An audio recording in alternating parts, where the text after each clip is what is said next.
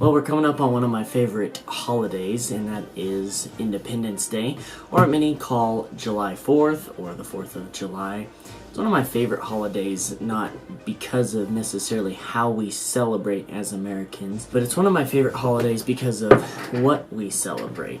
To celebrate our independence, and not just a date on the calendar where we declared our independence, but rather our continuing independence. It's supposed to be a reminder that yes, we were independent in the past, we declared independence, our forefathers fought and died and sacrificed for that independence, but also that we're independent today because of what they did back then.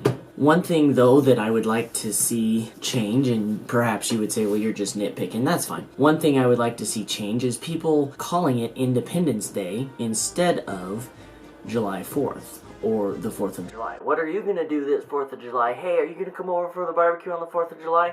It's not really that in celebrating we somehow miss the idea of independence. Although that does happen, we get distracted by the fun things we get to do perhaps. But what other holiday do we call, as Americans, by the date on the calendar?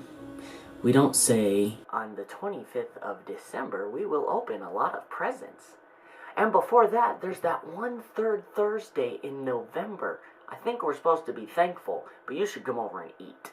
Now, there are some people that say it's not that big of a deal that as Americans we call it July 4th, we call it by the date, because there are other countries that do this. It seems that though Britons remember the 5th of November on Guy Fawkes Night, the Portuguese refer to a 1974 coup as the 25th of April, and of course you know our friends down south, they remember Cinco de Mayo as an anniversary of a big battle that inspired that holiday, Cinco de Mayo. But even when I look at the examples in the world, and why as Americans we have to be like the rest of the world, I don't know. The rest of the world should be wanting to be like us.